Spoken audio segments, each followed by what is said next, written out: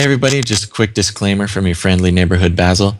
Due to some of the graphic content of this episode of Canary Cry Radio, we will put it up to the discretion of the listener and or the listener's mother or father or legal guardian to allow younger Canarians to listen to this episode.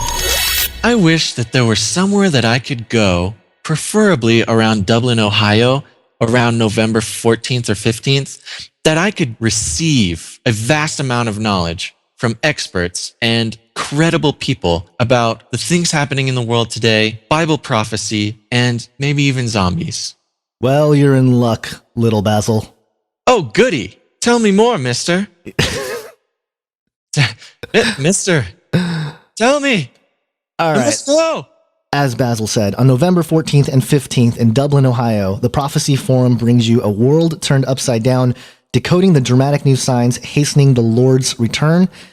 This is the lineup: Russ Dizdar, Bill Salas, Hagman and Hagman, Doug Woodward, John Holler, Greg Evanson, Dave Daubenmire, Doug Krieger, Gary Winkleman, and moi. Moi? Who's that?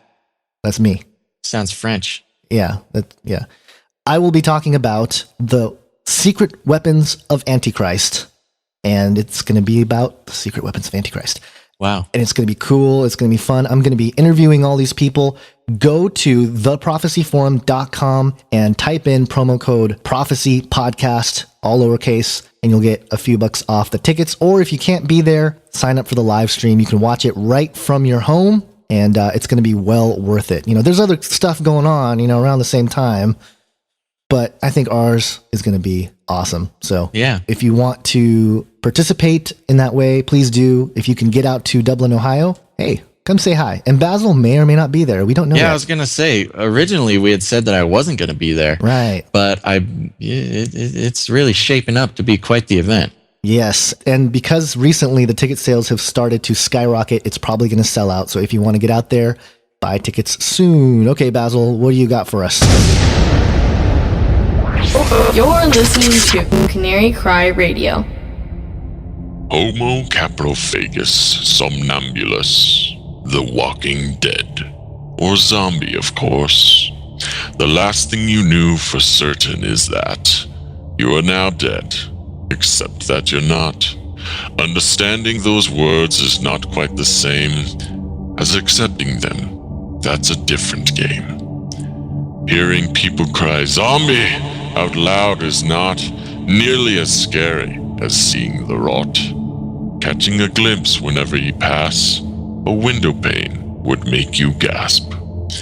If your lungs were exhaling in shock at the sight, instead you just gawk. That sideways on reflection of death is somehow worse than the full-on effect. You hoped for at least a near mindless state, not knowing what your body now craved. They talked of the hunger, the truth is far worse. Needing to eat raw brains is a curse. Though reanimated, you're dead and all. The ways that count lack emotional. Not to mention romantic and personal, so why still try believing in you? What did you expect of life after death? If not this, there's nothing left.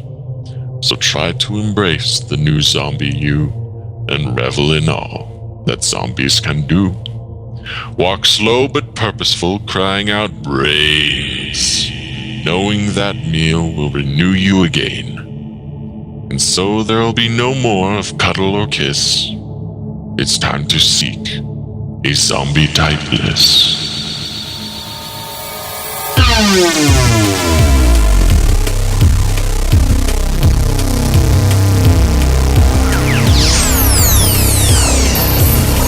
Here's Basil and Gonz. Hello, everyone. Welcome to Canary Cry Radio. My name is Basil. That's terrible. And this is Gonz. Welcome to episode number 77. Here we are. We're going to talk about zombies. Zombies. Since we're on that Cranberry song that you just mentioned, very popular. You know, I was looking at the lyrics of the song, and it was interesting to read. You know, I remember that song when I was, I think I was like 10 or 11 or something. It was very popular. Mm-hmm. Do you know what the song's about? I guess I just sort of always assumed like it was some sort of commentary on modern culture and corporatism and things like that. Close. It was actually inspired by an IRA bombing in Warrington, Cheshire in 1993, where two kids, Jonathan Ball and Tim Perry, were killed. The IRA is the Irish Republican Army. Of course. And it's a militant group determined to remove British troops from North Ireland. Mm-hmm. And the lead singer, Dolores, claimed that Zombies speaks about the Irish fight for independence that seems to last forever. And, you know, part of the lyrics where she says, it's the same old theme since 1916. Actually, I did that really bad, but yeah, 1916, referring to the beginning of that fight. Huh, interesting. Yeah, never would have guessed. I don't know. It's been a long time since I've actually listened to that whole song all the way through. Although it's like really catchy and was really popular at the time, I don't know, something about it. Just can't do it. No worries. You know, it was interesting. The music video has the lead singer, like covered in gold glitter, standing in front of a cross. It's like, well, what's the deal with that? And, you know, they always did stuff like that in Hollywood, right? Yeah, those funky Hollywood kids. Yeah. So. All right. Well, that's cool. Yeah. Well, okay. So this episode is about zombies, which, you know, we mentioned for some reason quite a bit on the show, you know, about the deep desire for a zombie apocalypse, maybe subconsciously even. I'm not saying I want a zombie apocalypse. I'm just saying. Yeah, you do. You've said. But I fully recognize that I'm just conditioned at this point to want a zombie apocalypse. Okay, this is a product. That in me is a product of sort of a really intense resurgence of zombie, I don't know if you could call it zombie culture in the past, you know, I think 10, 15 years. However, the story of zombies goes way, way back, and especially in popular culture, at least 100 years. But personally, I've seen it come up in an amazing way in the past 10 years. So here's some facts just to start off, right? So some random... Just some legitimate facts about zombie apocalypse. Yes. Okay? And this is comprehensive list of zombie apocalypse facts. Very credible source. Listen up. Number one, in the grand scheme of things, Canada would outlast the U.S. in a zombie apocalypse. Yeah, and so our friends in Canada up there, you guys are in better hands. We may just, you know, run off to Canada if it happens. It makes total sense. Yeah, probably because there's wider spaces and stuff, right? Probably because Canadian zombies would be really polite. Okay. 30% are foolish enough to ask the infected person what they would want you to do. Who are these people? Come on. Yeah, well, if they get bitten, like, what do you want me to do? Want me to kill you? No, you take care of business. You take care of business immediately. As long as we're on percentages, almost 10% of people are clueless that zombies infect with a bite. So there you go. Just so you know, don't be one of the 10%. Right. If you see a zombie, don't get bit. All right. More percentages here. In the event of a zombie outbreak, 41.62% of people are completely rational and would be upset or very upset. 33.56% are freaks and would be happy or very happy. 24.83% are weird and wouldn't care either way. Wow. That's an interesting psychological analysis. Yeah. All right, the most popular zombie fighting weapons are knives, scissors, sticks, balls, crowbar, shovel, or bike. Bike. Yep, it's there. I've seen people throw bikes. Yeah. I would say dog bone would be those Nyla bones. It's kind of a distraction, I think. Like you throw it and then like bone, and they eat the bone. All right, the average length of life based on age groups. If you're under 18, you'll live 71.39 days. Wow. 18 to 25, 80.13 days. Oh, so you'd outlast the youngins. Yep. 26 through 35, 79.23 days, a little bit less than the younger folks. 1 day less. Yep, age 36 to 45, 72.3 days in the zombie apocalypse. And if you're over 45, sorry, you've only got 56.05 days. How do they figure this out? Where does this even come from? I don't know. Men would outlive women by an average of 10 days. That's sexist. Over 5% of people think you can drown or suffocate the undead. Come on, people. 5% of, well, those are the people who get eaten first. Right. 45% of people report they would have no problem killing an infected loved one. I know. That's a lot of people. Yeah. Zombification really changes family dynamics. I will tell you what. Maybe this is part of what Jesus talked about, you know? Right. Brother will go against brother. Oh. Go against father and mother and sister, you know, all that stuff. Right. That's perfect. He just didn't tell us that they would be zombies. Wow. Look at you. Bible analysis. All right. And those living in rural areas would last the longest, with urbanites lasting the shortest amount of time. Those living in a suburbia area are in the middle. Wow. That is some serious analysis. So there you go. There's just some facts about a zombie apocalypse and your possibilities of living and where you fall on the continuum of those making foolish or wise choices. Where do we go from here? Well, there's a lot of things we can touch on. I mean, let's get through a couple of those cultural references, though. I mean, obviously, there's tons of bands that have, you know, used the zombie imagery, and right. You know, I had a list of some of them I've never even heard of. Wednesday 13 has a song called "I Walked with a Zombie." It's a very shallow zombie song, you know, like, oh, the zombie's on the street and blah blah blah. It's just like literally talking about zombies. Yeah, no metaphor or like poetic reference at all. No, not at all. No artistic. Yeah.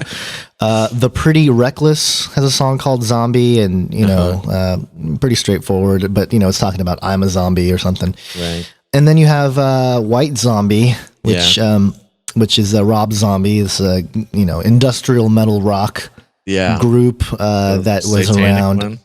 Very satanic. And I was telling you before we started recording this that, you know, it was right around the time I must have been, I don't know, 10 or 11 or 12 or something like that, when there's a song called More Human Than Human was really popular. Yeah. And, you know, being a guitar player, I was like, oh, they're using slide guitars, really cool, and all this. But I was listening back and looking at some of the imagery of White Zombie, and it was, I was like, wow. Yeah. Satanic as you can get. Such an impressionable young mind you were. Oh, yeah. I ran across a band called Zombie Cookbook while doing some research for the show. Nice. Yeah. I mean, they were terrible. I mean, I shouldn't say that, but I didn't enjoy it. Well, I mean, you also have Thriller with Michael Jackson. I mean, that whole, you know, they don't mention, I don't think they use the word zombie, but I mean, you watch the video, it's clearly a zombie type. They got zombies dancing, you know, and stuff. Yeah, I mean, the whole zombie idea has been so diluted over the years, and we'll get into that a little bit later. But, you know, as long as we're talking about popular culture, we got movies forever about zombies. You want to talk movies? You want to hear my list of top 30 zombie movies? This list that's just right off the top of your head without even reading it? This comes from the mind, okay? This comes from my memory. Okay. You got Cemetery Man, 1994. You know, you got Julia Roberts in that movie. You have Night of the Living Dead. This was a remake, actually, in 1990. You got Plague of the Zombies, 1966. You know, you got Dance of the Dead, 2008. So this is non-chronological order? No, not at all. This is my top 30. My top 30. Sure. Number 26 is The Dead, 2010. You know? You have one of my favorite Nazi zombie movies ever made, Dead Snow, 2009. You know, the zombies come back, or the Nazis come back and they're zombies, you know. Planet Terror, 2007. You got White Zombie, 1932. I think this is where Rob Zombie got his name. Are we going to go through this whole list? Hey, it'll take 30 seconds, all right? It's in my head. Land of the Dead, 2005. You got Versus, 2000. Pontypool, 2008. Warm Bodies, 2013. Okay. Zombieland, 2009. Zedo, 1982. 28 Days Later, 2002. I Walked with a Zombie, 1943. Okay. Let Sleeping Corpses Lie, 1975. Fido, Fido, 2006. If you want to, is that the one with the dog? The dog zombie? Yeah, if you're into zombie pets, zombie bodyguards, or zombie housekeepers, Right. Fido is your movie. World War Z, a couple years ago, just ridiculous amounts of zombies like climbing walls and stuff. Okay. Day of the Dead, 1985. Dawn of the Dead remake, 2004. Dead Girl, 2008. Zombie, 1979. Reanimator, 1985. Wreck, 2007. Shaun of the Dead, 2004. One of my favorites. The Return of the Living Dead, 1985. Night of the Living Dead, 1968. Just a couple more here. Yeah. Dead Alive, 1992. And number one on my list, Dawn of the Dead, 1978. 78. Oh, that was before the remake, huh? That's the original. Right, but you didn't actually mention White Zombie, which is... No, I did mention White Zombie. In 1932. Yeah, I did. Oh, I didn't even hear it. Yeah, that's why I said that's where White Zombie got his name, remember? Yeah, no, I kind of tuned out there for a while. But yeah, okay, 1932. So I may have been exaggerating when I said at least 100 years. No, that's not exaggerating. I mean, think about where we are. I mean, it is 2000, almost 15? I mean, that's 80 years. And yeah. I said at least 100. My math was off. It's okay. I can accept that. Right. But some people, I personally don't, but the 1910 film Frankenstein has a reanimated corpse, but I wouldn't necessarily call that a zombie. Well, that's kind of I mean, are we talking about a reanimated or an animated object or a corpse, because I talk about golems in my film Age of Deceit 2, and that's not necessarily a zombie, like the cultural definition of a zombie anyway. Yeah. That's just an animated... Personally, I don't count that as a zombie. Right. Zombies are very particular in my mind. But, they're all over the place. One thing, actually, an interesting movie that has a zombie in it, but a traditional zombie, is James Bond, Live and Let Die. Did you see that one? I've seen it, probably, at some point. So, if we're going to get into the origins of zombies, as I kind of would like to do, James Bond is one of the best examples of such because they actually come from Haitian mythology.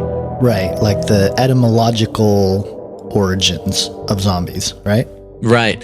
Yeah, well, if you think about it, if you look back at the James Bond movie, he was sort of crawling around the jungle there, and there are these guys. I don't know if voodoo is really the right word to use, but they were all painted like skeletons, and they were I think it's a form of voodooism. Right, and they were under some form of spell or something, and they were dancing around, and this scary thing. But before we get into that whole thing, video games have actually been a huge part of zombie culture recently as well. I mean, you got tons of games. 7 Days to Die. It's supposed to be 2034, where zombies have ran rampant. Right. All Zombies Must Die in 2011. You have Amy. It's a horror game. Yeah. Adam Zombie Smasher. Beast Busters. Is this a list just off the top of your head again? Just off the top of my head. I mean, I just know these things. If anybody Googles lists of zombie movies or video games, they're not going to find this. Oh, they might find it. Call of Duty Black Ops Zombies. Right, First-person shooter. The Call of Duty zombie games are great. World War Zombies, Call of Duty, another one. Carnal Evil. There's so many. I have so many in my head. Right. I just can't go through all of them. We just don't have time. You're a crack up this morning. Minecraft actually has zombies in it. You got Minecraft. Well, that's kind of the thing. I find it really fascinating with the whole cultural aspect of zombies is they've infiltrated things that aren't even supposed to be zombie like Time Splitters, Future Perfect, where it's like a multiplayer first shooter thing where the artificial intelligence of the future are called zombies. So I mean, it's everywhere. I think before we get any further in this, Zombie Burger, we should head over to Webster's and see what the definition of zombie, what the official Webster's definition of zombie is. Okay. And by the way, we are going to wrap this all neatly with a biblical explanation and some references, despite how like ridiculously off target we seem right now. I think we are really okay. Here we go. See, here's the thing. When I was looking at this and I first looked up the Merriam-Webster definition of zombie, I'm like, Merriam-Webster really blew it on this one. Because look, we have zombie, noun, a person who moves very slowly and is not aware of what is happening, especially because of being very tired. Like the very first definition, like, is this super colloquial, like cultural definition. Like it's so. You and I would both be considered zombies, like in the morning. Oh, of course. I mean, especially before I have my cup of coffee. I've been waiting to make that joke this whole time. But I mean, that just upset me. Like the very first definition of zombie is a tired guy. Like that's so dumb. Anyways, we go on to the second definition. It says a dead person who is able to move because of magic, according to some religions and in stories, movies, etc., which is a little bit closer to the truth, but still not actually very accurate. And so we'll get into that a little bit later. Well, like, what do you mean? I mean, when you say accurate, you're deriving this from where? Like your cultural definition of what you've been fed? No, from the actual history of zombies. Okay. Yeah. Although Webster's does have a kind of a little appendix, and more. There's more of it, and says. Another definition is the supernatural power that, according to voodoo belief, may enter into and reanimate a dead body. So now we have a more spiritual sort of thing where a zombie is actually, and we'll get into this, one aspect of a dual soul theology of voodoo. Right. And another definition is a will-less and speechless human in the West Indies capable of only automatic movement and is held to have died and been supernaturally reanimated. Another one is a person held to resemble the so-called walking dead. A person markedly strange in appearance or behavior. Like, come on. And then the last one is a mixed drink made of several kinds of rum, liquor, and fruit juice. Great. Thanks, Webster. So there's a wide range of definitions for zombie, but because I'm an etymological purist. Really? Yeah. We all know this about me. Maybe we should get a little bit into the actual history of zombie and where it came from, because I feel like that's a big gap in, between its original. Right. That's a wide range of definitions there, to groggy guy in the morning to flesh-eating slave, brainless, animated, dead human. Right. Wow. I just got an alert that says the first Ebola patient diagnosed in the U.S. has died in the Dallas hospital. Yeah, just to put a timestamp on.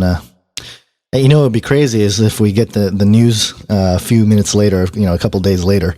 Yeah. Dallas patient who died from Ebola rose again. Roaming the streets that would be Dallas. Interesting. My phone is making a loud noise. We should definitely do that. That'll be an interesting timestamp. Hello, ¿qué pasó? Okay. Answering calls. All right, nobody's here during the episode. Well, I figured we could take a little break for a second, since we're on a time crunch, bro. We are on a time crunch. Okay, here we go. All right, so let's talk about the original zombie thing, because I feel this is actually has a lot of weight if you really think about it. Yeah. Now, admittedly, a lot of this we found on Wikipedia, but I personally took the time to trace the sources. Yeah, search around a little bit and make sure that's fine. I think that's okay, as long as you sort of, because they reference places, right? So dig into those references. Yeah, I did. I looked into the references, and this is, as far as I can tell, quite legitimate. Okay, so zombies actually come from Haitian rural folklore, from Haiti.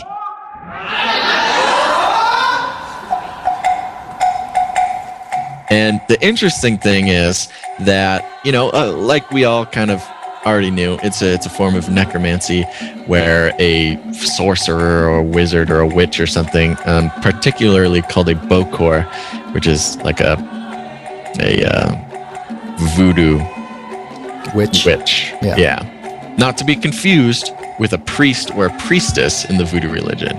So this is kind of like a different thing. But the Bokor would actually reanimate bodies. This is in the mythology. And they were always used as slaves. Like, they were never this like out of control, animalistic, crazy evil being. Well, they might have been crazy evil, but that just went wild and like destroyed humanity. It was always like a mindless slave that the necromancer would use, probably around the house just to do chores and stuff. Makes a lot of sense. Well, yeah, and also based on the etymology dictionary, the word zombie comes from 1871, West African origin, which makes sense. And there's a couple different words that they got the word zombie from. One of them is the Kikingo Zumbi, which means fetish, or the Kimbundu Nzambi, which means God, and lowercase g God, anyway. Originally the name of a snake god, and later it was changed, or the meaning evolved in the voodoo cult as reanimated corpse. So there's already snake god. I mean, come on. There you go. Yeah, well, and it's actually interesting, in the original context of zombies, there were two types of zombies. There was, and just using the word zombie, there was the zombie that's a reanimated corpse that is sort of a slave that is used, but then there's also like the zombie, what they call the zombie astral, or like a spirit, zombie spirit.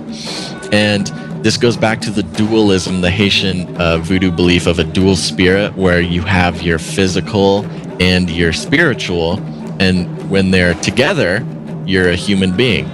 But when you separate them, you become either you use the body separately as a mindless slave, or you can take out the soul, the half of the soul that is called the zombie astral, and that theoretically was put into a bottle and sold for all sorts of spiritual reasons. Nice. Yeah, like to bring you luck or something. But it was funny because it came with like a disclaimer that God, big G God, would take that soul back eventually. So like you pay for this bottle that theoretically has a soul in it, but they're like, well, your luck may run out when God takes the soul back.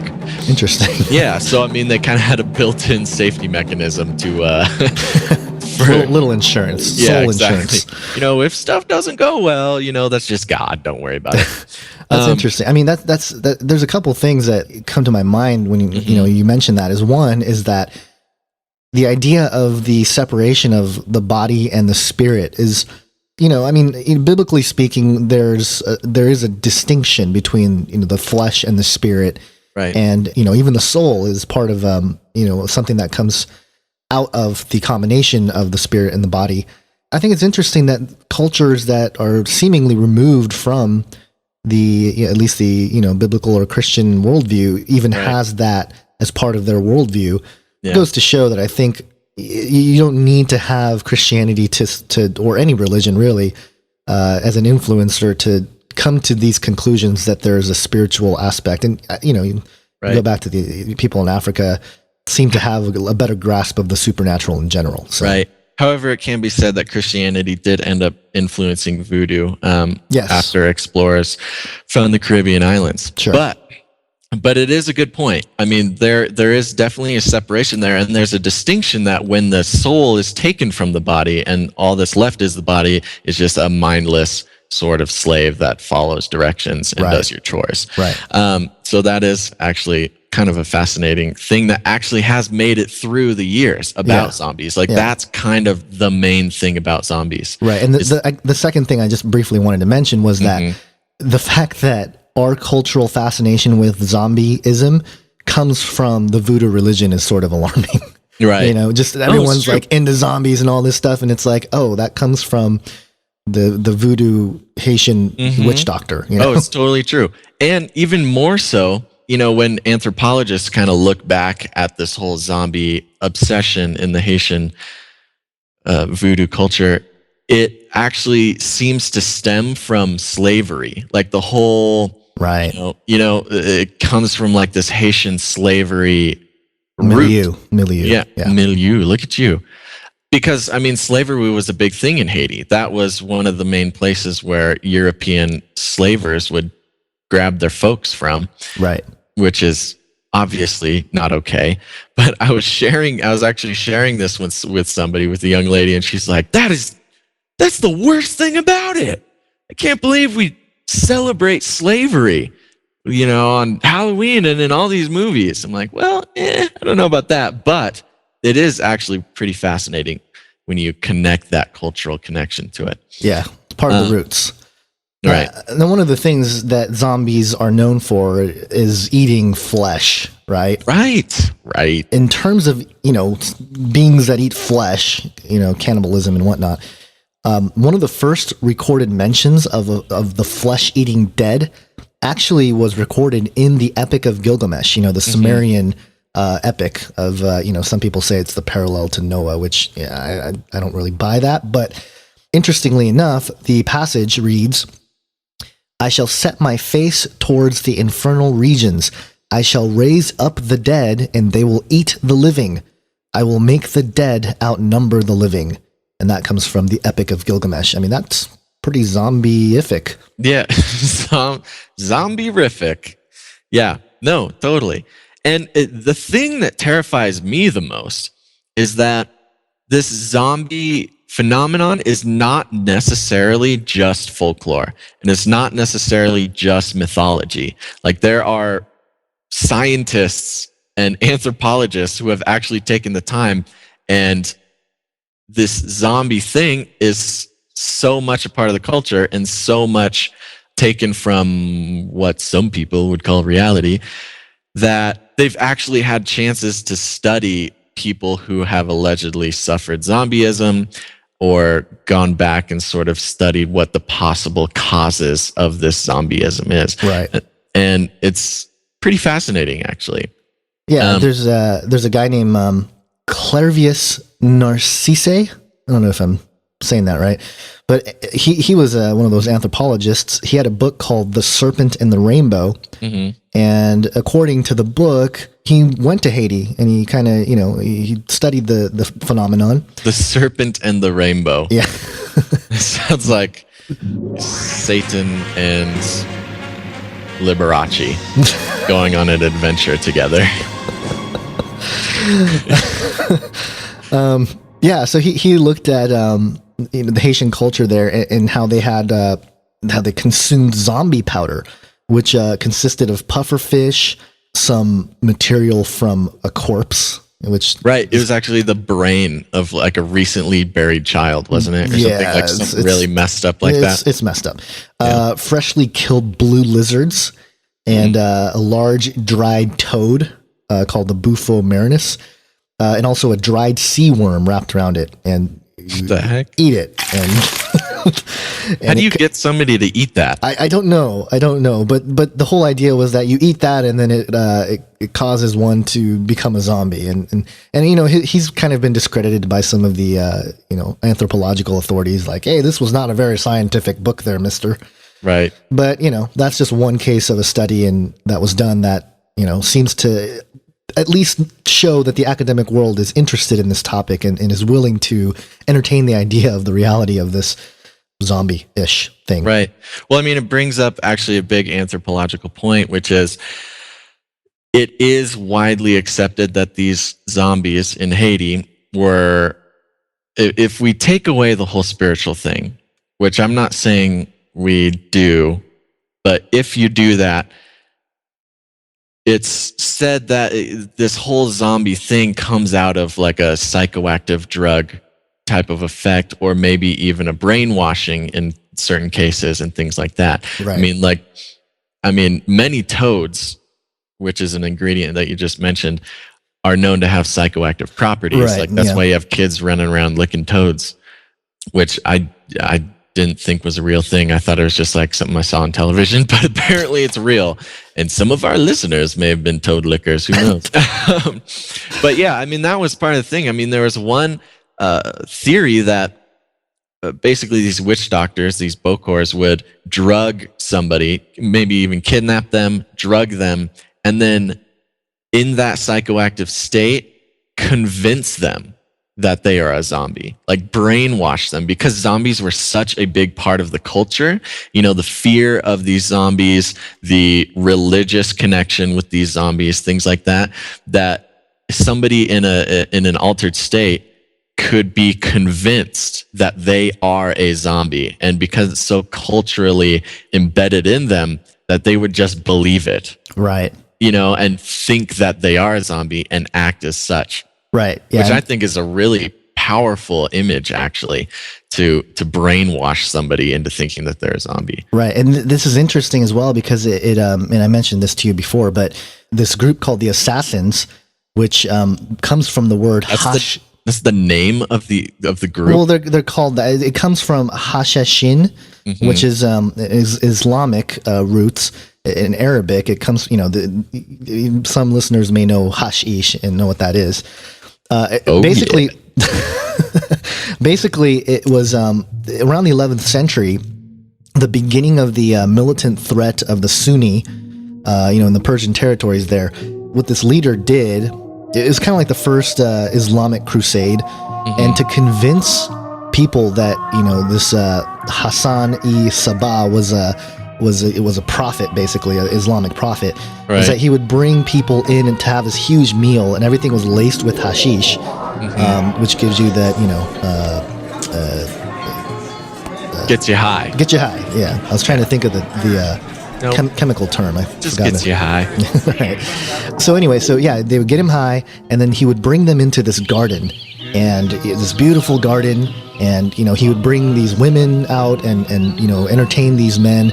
And as they came off the high, Hassan would say, "There you go. I just took you to heaven. So follow me and do as I say for this crusade, and you will, you'll be in heaven with your, whatever, the 30 versions or whatever the mythology is there."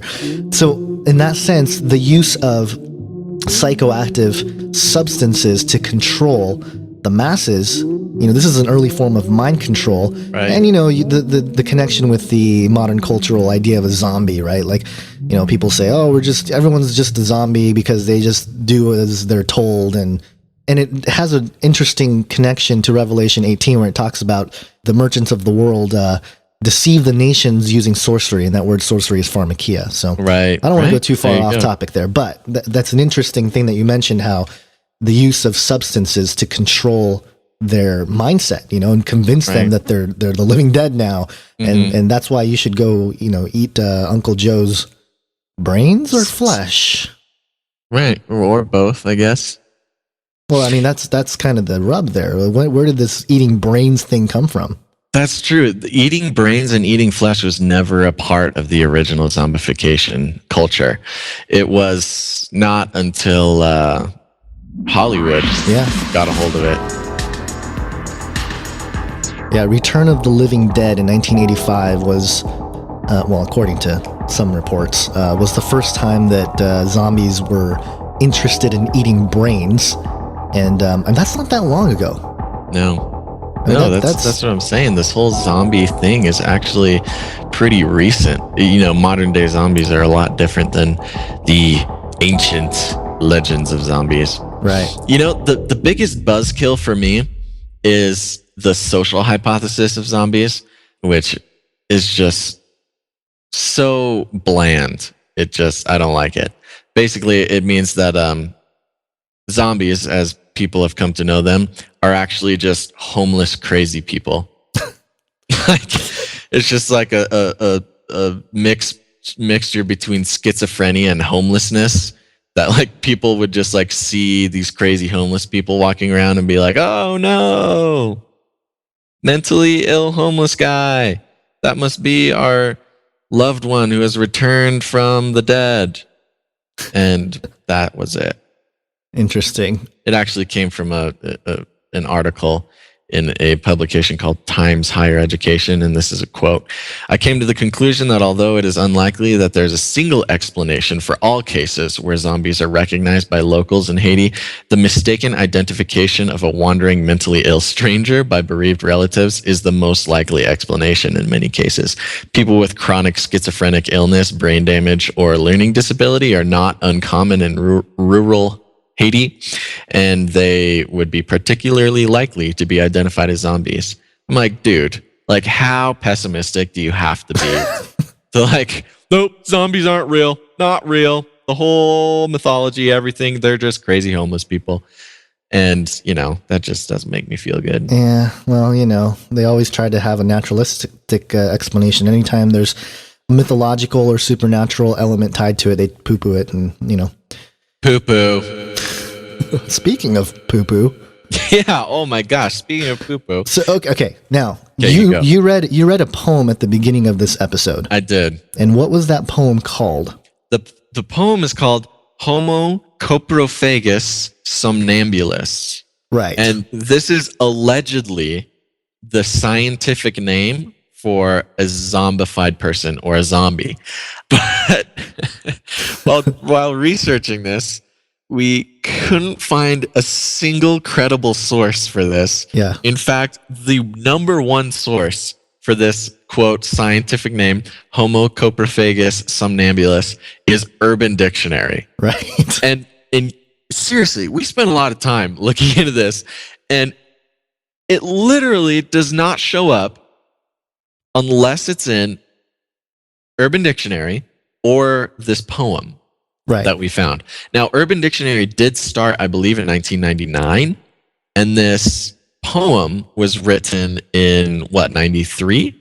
Or published in 93? Well, I mean, the book that it was published in was initially published in 93, so... Yeah, so there you go. This is the earliest that we could find. Right. Of Homo coprophagus somnambulus. Yeah. It's really hard to say. It is. Homo coprophagus somnambulus. Yeah, zombies is easier to say. Right. And so while we're trying to find the root of this, I mean, I was hoping to find like some 17th century text, you know, by some like Mason who was studying like esoteric witchcraft and like, but also loved science. But no, it is nothing that cool. It is simply, I'm pretty sure this guy who wrote the poem made it up or something, because the only sort of credible piece of information we could attach to this scientific name is by looking up the exact etymology. Right.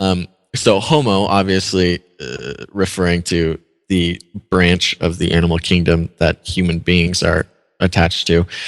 But coprophagus refers to dung eating. Right. So coprophagus, copro means dung, phagus means eating, feeding on, eater of. So eater of poo. So scientific. So scientific. And then the what is it? Somna, which is somna. No, it's somn, which refers to sleep. Yeah. Ambulus, which refers to being ambulatory or movement. To walk. To walk. So there, it's a sleepwalking poo eater. There you go. Which, great. Why poo eating? I just don't get it. I don't get it either. I mean, maybe somebody just like... Well, I don't know why somebody scientific was like, you know, this is nonsense. Flesh-eating dead people, well, how about this? And then...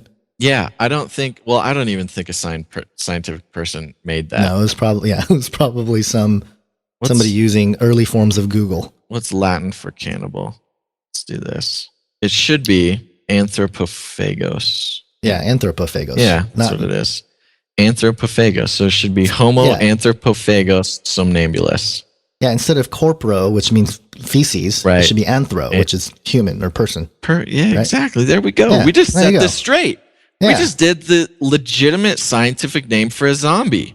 Yeah. So there you go, world. There you go. You're welcome. This deserves a song. Homo anthropophagous somnambulus. Homo anthropophagous somnambulus. Homo anthropophagos somnambulus. That was a zombie singing it, in case you didn't get that. I just want to make that clear. Oh, man. All right. What are we talking about? Idiots. Okay. Moving on. What are we talking? So yeah, this whole idea of brain eating, right? It's a modern phenomenon. It's not really part of the mythological roots of the traditional idea of a zombie, especially coming from the Haitian mythologies. Right. But, what's interesting is that there's, the modern cultural sort of Milieu. cannibal, milieu, you can say that, but like the reporting that happens when certain events occur that happen to involve brain eating, it's automatically labeled as zombie apocalypse or whatever. Right, like the bath salt guy. Yeah. Yeah. The bath That was gnarly. Yeah, that was really gnarly actually. I don't even like thinking about it. So No. let's make everybody else think about it. No, I mean, if you recall, there's the guy who is on bath salts, and this was actually a little bit of an epidemic. Well, didn't they say that eventually they said that he didn't have bath salts in his system? Yeah. It was like LSD or something, wasn't it? Oh, I thought it was Or maybe nothing. not. Maybe he had nothing. I think he was just So long smoking ago. cannabis. It was a really, really ended up being super diluted. I mean, so diluted that I think it was a cover up, and it was an actual zombie made in a lab by the government. And What's your source for that? I can't tell you. It's a secret source. I know a guy. I know a guy in the government, and he said that. Nice. Which apparently is totally a credible thing to say nowadays. Apparently. So yeah, there's the bath salt guy. We just talked about the Ebola zombie thing, which is people, allegedly coming back to life after being dead by Ebola.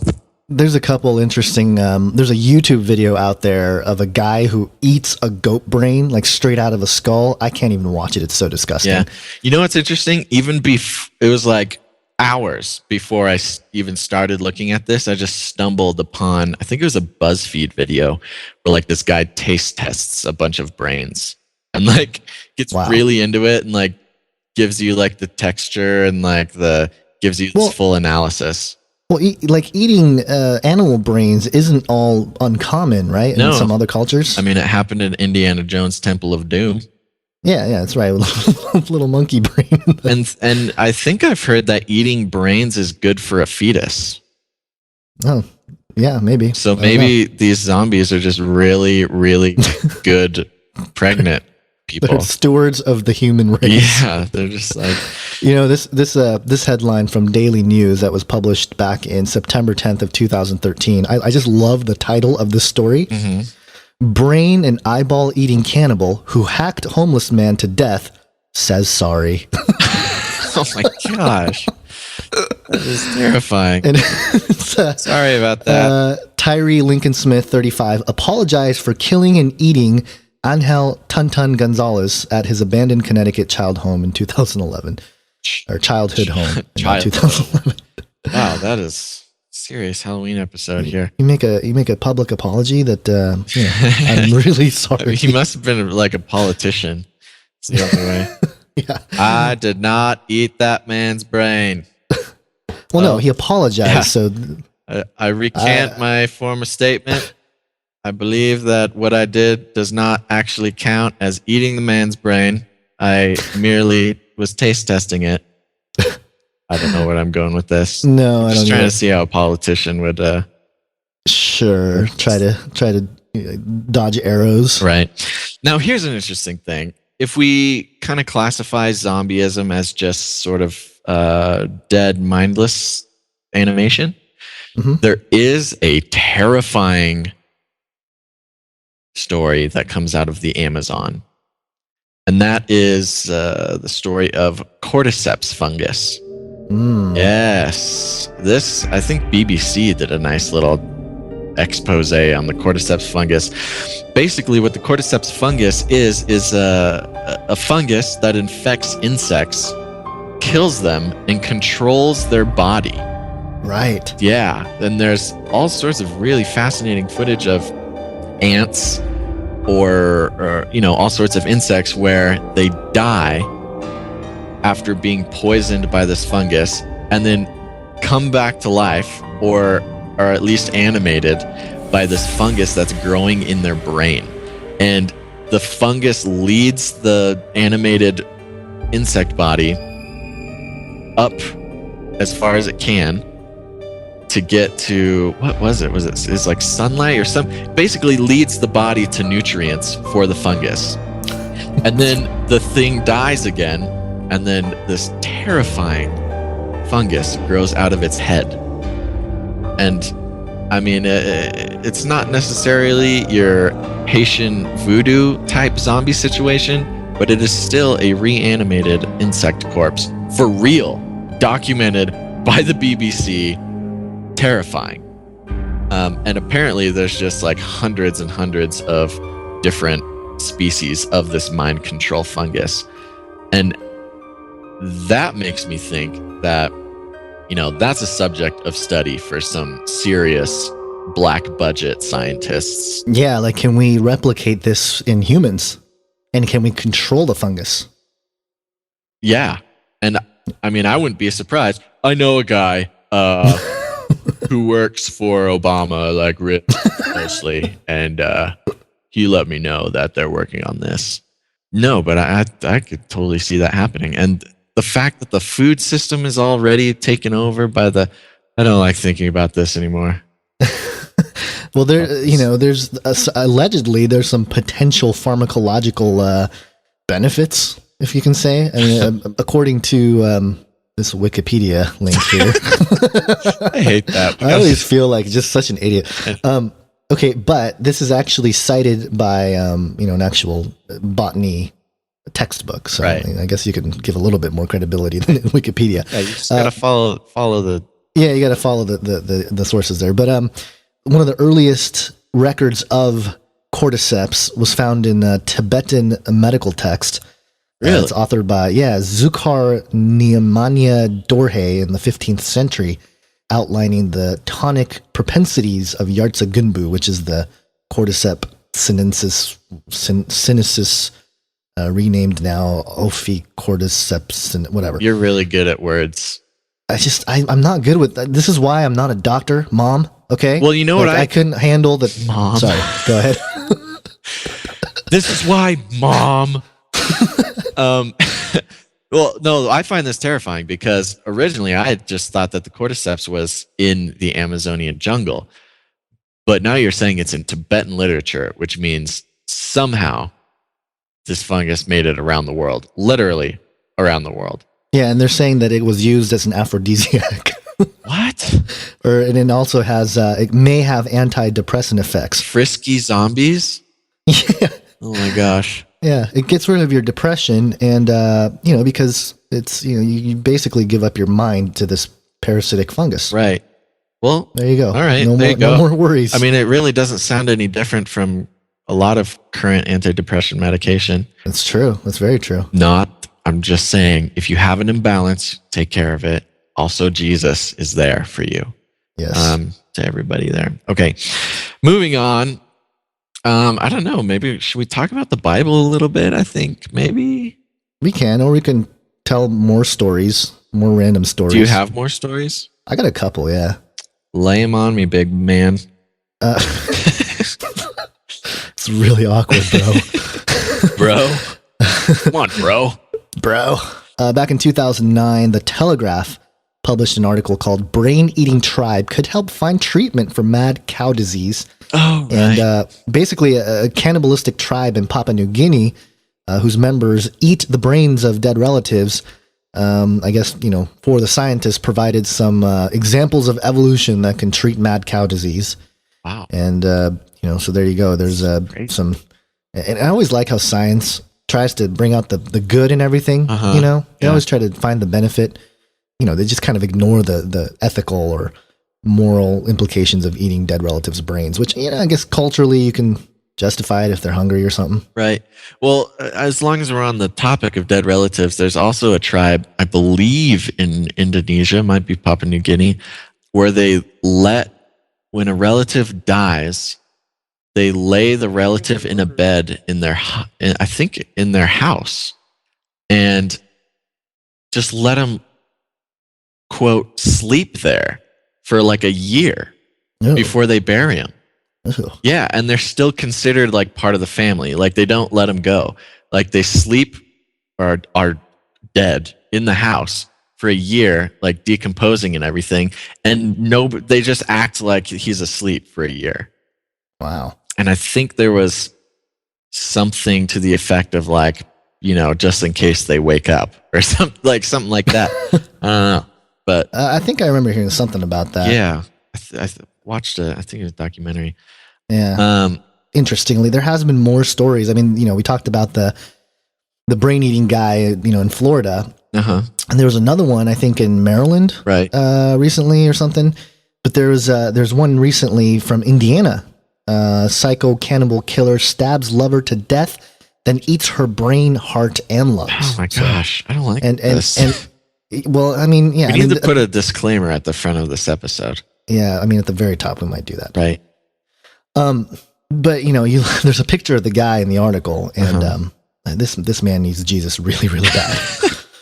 I mean, you can just see the spirit of Antichrist, right? Is there, right? I mean, you just don't do stuff like that unless, Yeah. Speaking of pharmakia and eating people, I also heard a story about a group of people who took a bunch of mushrooms, and the two guys thought that they were the devil and Jesus and fought each other.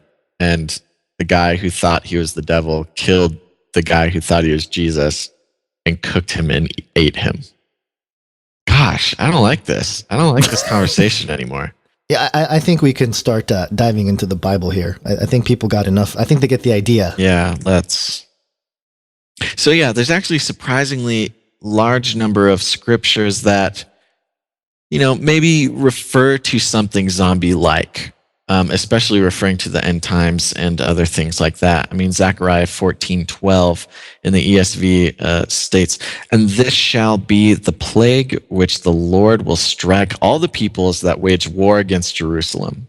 Their flesh will rot while they are still standing on their feet. Their eyes will rot in their sockets, and their tongues will rot in their mouths." And a lot of people talk about this being some sort of radioactive effects, like they're, some sort of nuclear war and radio. Right. That's kind of the modern Bible prophecy explanation of that verse. It's like, it's a nuclear attack or something. Right. But radiation poisoning, it does. I don't know if rot would be the word I would use to describe what happens to your body. It is a word, but I don't think it is the most accurate. If you think about rotting and actual decomposition, that is very reminiscent of zombies. Right. I mean, rotting flesh walking around. Right. So when you read this, I mean, it kind of sounds like zombies are attacking Jerusalem. And this shall be or the if you plague. attack Jerusalem, you'll become zombies. Well, I mean, it could go either way. "And this shall be the plague which the Lord will strike all the peoples that wage war on Jerusalem. Their flesh will rot while they're standing on their feet. Their eyes will rot in their sockets, and their tongues will rot in their mouths." I mean, yeah, the Hebrew word there, Strong's 4743, maukak, it means rot. It also means to decay, fester, pine away. So that's a little different from. It's very specific. It's very specific to decomposition after, life has left the body. And so, I mean, I'm not saying that that's the definitive answer to that verse, but it does open up interesting possibilities. If somehow a zombie sort of, virus or something develops. Right. I mean, it just kind of takes me back to that scene in World War Z where all those zombies are like climbing over each other and scale the wall. Yeah. Yeah, that's like crazy CGI. Yeah, I mean, I could just imagine. I'm just imagining that, but like the walls of Jerusalem. Right. Yeah. Yeah, that's a possibility, and we got to be open to some of these things. We don't know, but right. And it is interesting. Since the word zombie is almost, I wouldn't say synonymous, but closely tied with the word apocalypse in most sentences, zombie apocalypse. No biblical look into zombies would be complete without a verse from Revelation. Yeah, Revelation 9:6 talks about, "And in those days people will seek death and will not find it. They will long to die, but death will flee from them." And we've discussed this verse in relationship to transhumanists and the potential of mindless beings in the end times. Right, or downloading your consciousness Right, yeah. to a computer and it being saved there forever and you not wanting to be there. Right. So yeah, I mean, we're just exploring, people. Yeah, and on this verse here, Revelation 9:6, this is where the angel opens has a key to the bottomless pit, and it's opened, and smoke rises, and it's where the locust swarm. Right. And interestingly, of course, we're doing the zombie episode. Steve Quayle just came out with a little, document on zombies, of course, right when we do. But it actually had some interesting stuff in there, and I want to share a couple of those things. Now, first off, the question of why locusts go from these sort of peaceful insects to a swarm that basically consumes everything in their path has puzzled scientists for a long time. But it seems like they've started to figure it out, and it comes down to a single gene, and might go back to some of the stuff we just talked about with fungus. So basically, the American Association for the Advancement of Science, they were one of the people looking at this, and they were saying that it comes from a common brain chemical, serotonin. Another paper that was published by Dr. Michael Anstey at the University of Oxford in a paper called How a Brain Chemical Changes Locusts from Harmless Grasshoppers to Swarming Pests says this, quote, "Locusts belong to the grasshopper family, but unlike their harmless relatives, they have the unusual ability to live in either a solitary or gregarious state with the genetic instruction for both packaged within a single genome." Very interesting. It's kind of like it's kind of like the Black Awakening thing, right? There's like two sort of personalities within. He goes on, "The question of how locusts transform their behavior in this way has puzzled scientists for almost 90 years. Now we finally have the evidence to provide an answer." And one more quote here from Francis Crick on a paper called On the Zombie Within. This was actually published back in 2001. And he states, quote, "Could mutation of a single gene turn a conscious animal into a zombie?" And so again, there's this idea that one little genome can change, and it's kind of this Black Awakening thing that Russ Dizdar talks about. And perhaps, this locust is, supernaturally charged, or some kind of, genetic abomination that we've speculated on somehow. Maybe the transhumanist thing ties into it. But there's a few interesting passages parallel to what we just discussed with Zechariah 14, but there's a lot more. The Joel 2 army, if you read Joel 2, and we won't read all of it here, but basically it's the same sort of thing. It's a swarm. It devours everything in its path. They're described as leaping from mountaintops, and just horrifying stuff. Yeah. Another one that's really interesting, I thought, was Ezekiel 5:10, when it talks about judgment, where Jerusalem is destroyed. And verse 10 is very fascinating. It says, "Therefore, fathers shall eat their sons in your midst, and sons shall eat their fathers, and I will execute judgment on you, and any of you who survive I will scatter to all the winds." So again, this idea of eating relatives, that's kind of zombieific. Isaiah 14:9 is another one. "Sheol," which is, translated hell, "Sheol beneath is stirred up to meet you when you come. It rouses the shades to greet you, all who were leaders of the earth. It raises from their thrones all who were kings of the nation." And some translations read a little bit differently. Let me read the King James Version, which is a little bit more pertinent to the zombie thing. "Hell from beneath is moved for thee to meet thee at thy coming. It stirreth up the dead for thee, even all the chief ones of the earth. It had raised up from their thrones all the kings of the nations." So again, the dead coming back. And, if we combine all these verses, it just seems to be similar to what we've talked about here with the whole zombie apocalypse scenario. I'm just riffing here, dude. Right. That's something. That's a riff. That's a riff and a half, man. But we can even continue. So yeah, there's more. And there's a lot of verses in the Bible, obviously, about resurrection from the dead and things like that. But there's not just resurrection from the dead. There's sort of a separation. There's people Right. who are resurrected into eternity and into the kingdom of God, but there's also this other group of people who are also resurrected. Yep. But they're not resurrected in a good way.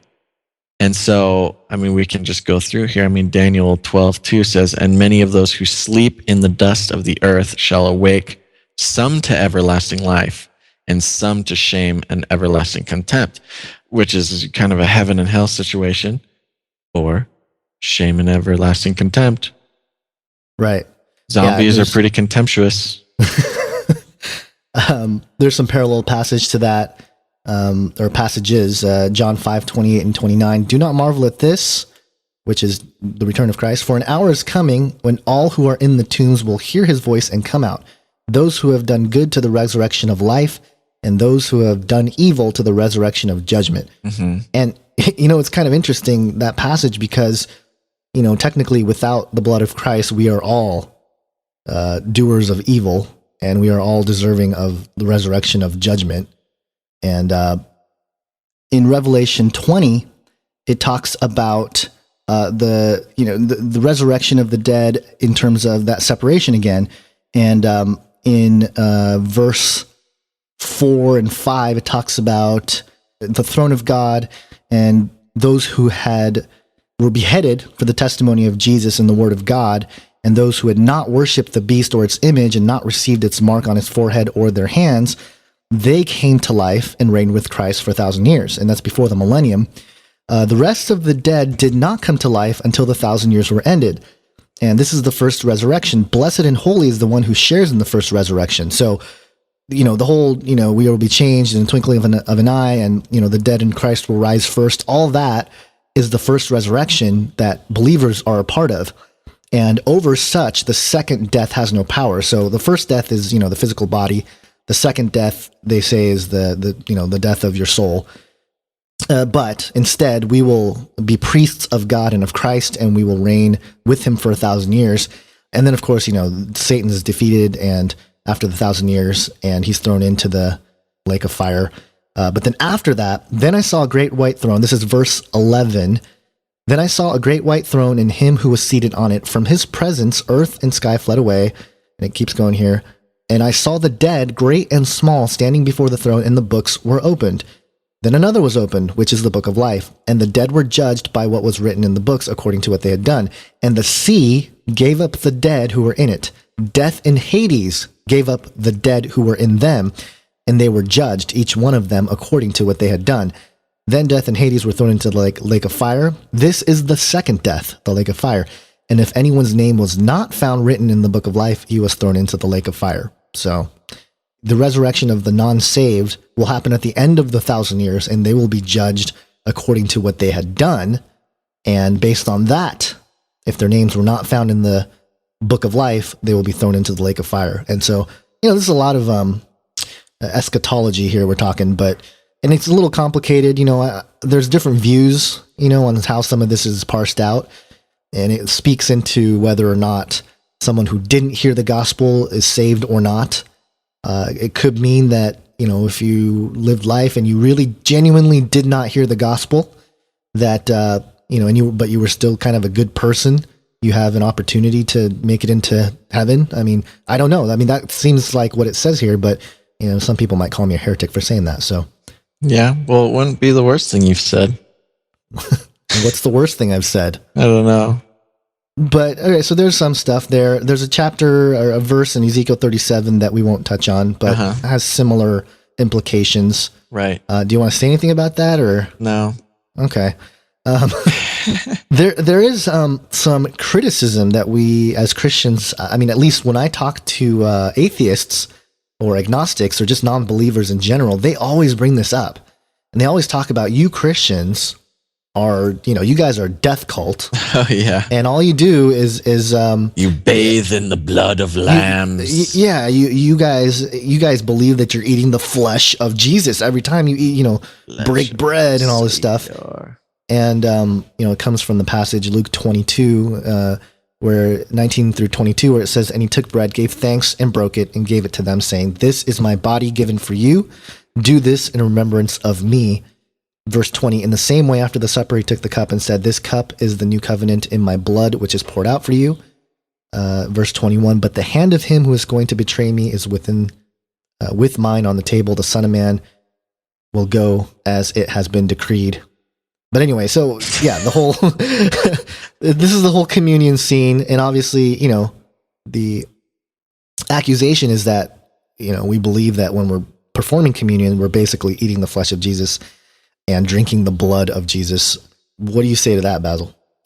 I mean, I don't blame them. I don't blame them for saying that because, that's what the language says. Right. And, they already have a bone to pick if they're going that far. So, you know what? That's just how it is. Okay, but is that what's really going on there? Are we actually eating? I believe Catholics believe in, what's the technical term for it? Where it literally turns to flesh as it's going down your belly. Transmogrification. Something like that. It's some big word. Yeah. Yeah, you're right. No, transubstantiation. No, that's what it is. Is it? Yeah, it's transubstantiation. Oh, yeah, the substance of change. Yeah, okay. Yeah. Yeah, well, a lot of Catholics believe in transubstantiation, which is the wafer turning to the actual physical body of Christ as it's going down, which technically, I guess, would count as some sort of cannibalism. But yeah, no, that's just, there you go.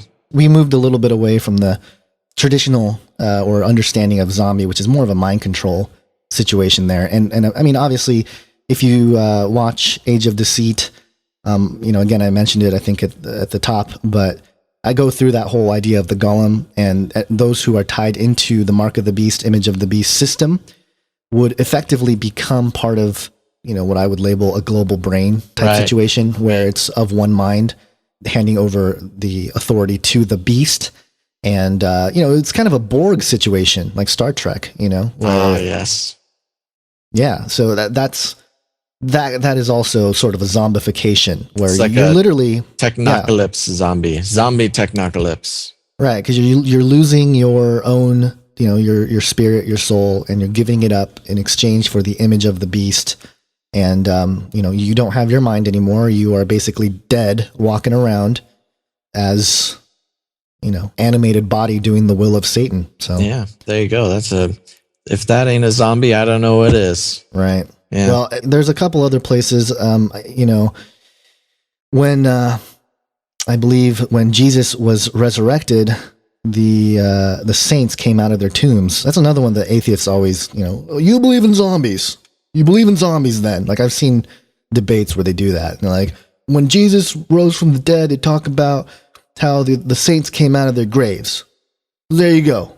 Zombies. Right. Yeah, well, I wouldn't say I don't believe in zombies, but I wouldn't say those are the zombies I believe in. So there you go. There's a little bit of biblical context that may or may not have to do with some sort of zombification.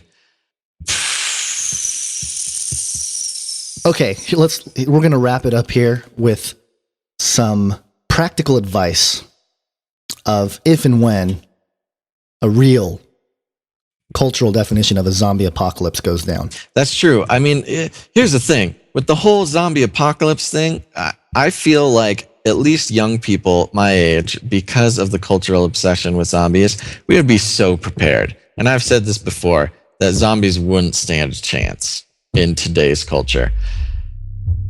Yeah, we got space lasers. We have space lasers. We also have large companies coming out with brochures about how to survive a zombie apocalypse. REI, the outdoorsy store, came out with a little brochure. It's a sales tool to sell outdoors equipment, but gave some pretty sound advice about how to survive zombie apocalypses. There's even an article here on foxnews.com headlined, Marines, Police Prep for Mock Zombie Invasion. And it actually was a large-scale training exercise where zombies and things like this were used, and how to deal with them was a very real training scenario. It's pretty funny. It's been sensationalized a little bit, but they do kind of admit that, they just kind of used the zombie apocalypse as a training tool. but they're not necessarily training specifically for a zombie apocalypse. At least that's what they're saying. They might just be laughing it off like, oh crap, they found out about the zombie thing. No, this is all a big joke. But still interesting. Yep. How do we wrap? I don't know.